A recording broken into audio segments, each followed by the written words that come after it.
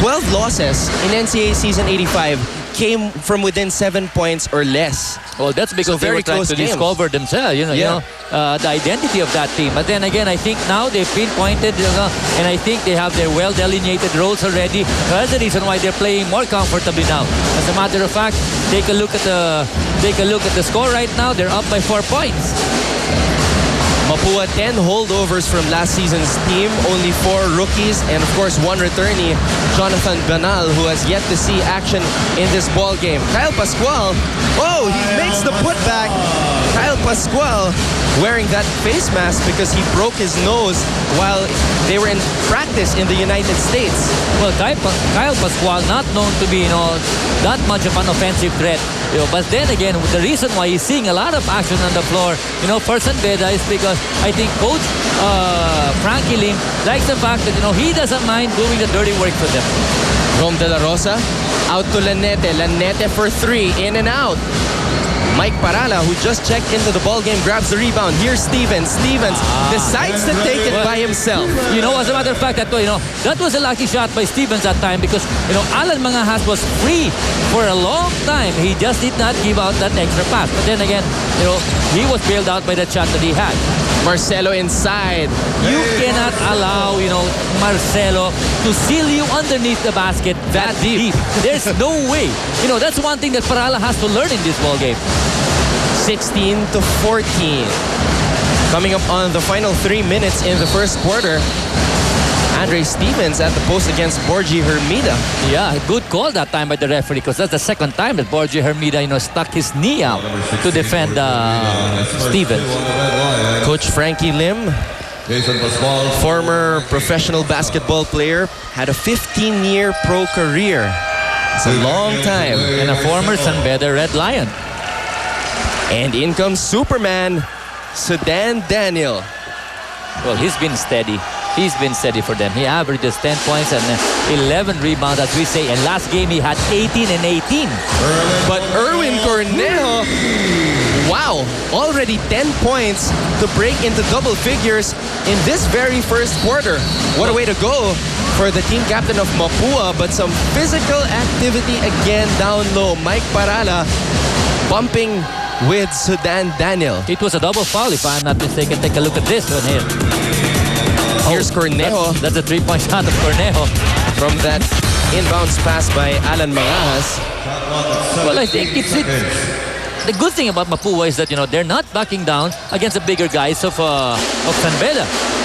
They are up by 5, 19-14, but Lanete is open. He is short, though. Well, Cornejo, talking about, a guy being focused for this game, that's what Cornejo is. This early on, he has what, 10 points? Yes. Wow. Cornejo, the team captain, playing in his final season for MAPUA. Mangahas missing on that 3-point attempt. Mangahas still scoreless in this ball game. Here's Garvo Lanete. Well, Mangahas is still looking, for his rhythm. The Cardinals are on the run. Mangahas, Well, that is one thing I think that Coach Chito Victorero had them ready for here in this ball game. They'd like to run and take a look at that shot. That was a fast break right there. But Sudan was called for goaltending. 21-14. The MAPUA Cardinals have a 7-point lead.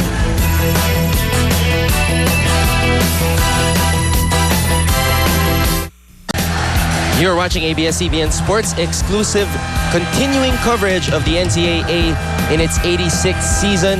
And the MAPUA Institute of Technology Cardinals are off to a good start. They are leading the San Beda College Red Lions 21-14. And this is not what Coach Frankie wanted. In their last game against EAC in the first quarter, they were down by 10 before coming back and eventually winning by 42 points. But this is not what Coach Frankie wants from his team. Starting off slow and letting the opposing team get an early advantage. Well, the good thing MAPUA was doing right now is that, they are controlling the defensive board. And at the same time, as soon as the big men get the ball, they outlet it. They're looking to run, and they have been very successful at that. And that's the reason why they're up by 5 points right now. And look at this, Coach Neichi.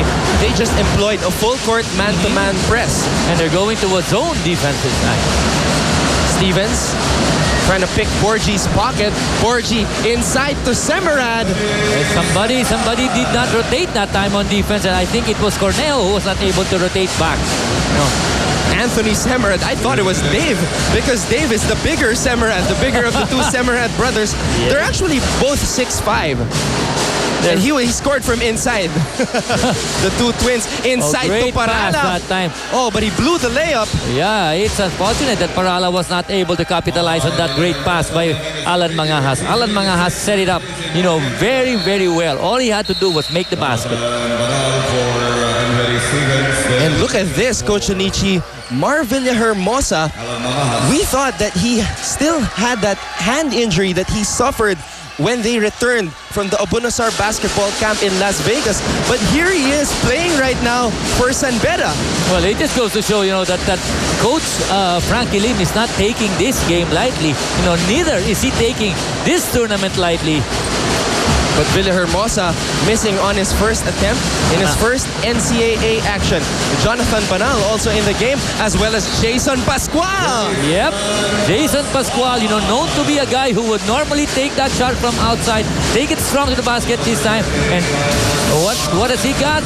He has a chance of getting 3 points here in this play. And the reason why he was able to drive to the basket, Coach Tanichi, was because of this fake right here. So Dan Daniel knows that Jason Pascual can shoot the 3-point shot, and this former St. Stephen School player is now on the free throw line. Well, that's how much they respect the shot from outside of this guy on the line right now. But he can't complete the 3-point play. 23-16. MAPUA is still up. Here's Anthony Semerad, defended by TG Guillermo, who just checked in. Well, they're going to their postman right away. See, although he may not be a postman or a big guy, De La Rosa, try identifying that mismatch right there. He just had to post that guy up. Rome De La Rosa in his second year. Another guy who has a very bright future in basketball. He has the height, the heft, and the quickness and the shot from outside. And Rome De La Rosa driving inside. No foul though. Good defense on the part of MAPUA. Here's Guillermo, defended by Semerad. There was a foul. Well, Semerad, I think, a bit too slow, against Guillermo. That's his first. 32.5 seconds remaining in the first quarter. Well, that may be a tough assignment for him, trying to go up against the shorter Guillermo. TG Guillermo also playing in his final season for the MAPUA Cardinals. I wanted to say that, Coach Tito Victorero electing to go small here, but it seems like, that's the average height that his team has. We're just overwhelmed, you see, by how big, the players of San Beda are practically every position, Anton. Well, you have an Anthony Semerad who's 6'5", playing the shooting guard and the small forward position. How tough would that be? And let's take a look at this. I think this is wise for them to be, for them to play defense, a zone defense. And look at TG Guillermo. Anton, I think that San Beda should find a way to stop the running game of MAPUA, because that has been, the thorn that has really hurt them. But interestingly, Coach Onichi, MAPUA is playing San Beda's game, because that is San Beda's game. San Beda likes to run, but MAPUA using their medicine against them. Here in the first quarter, and the score is 26-18. The MAPUA Cardinals are trying to defeat the San Beda College Red Lions, a team they have not defeated since NCAA Season 84. The first quarter just concluded. Second quarter coming up. You're watching NCAA Season 86 only here on Studio 23.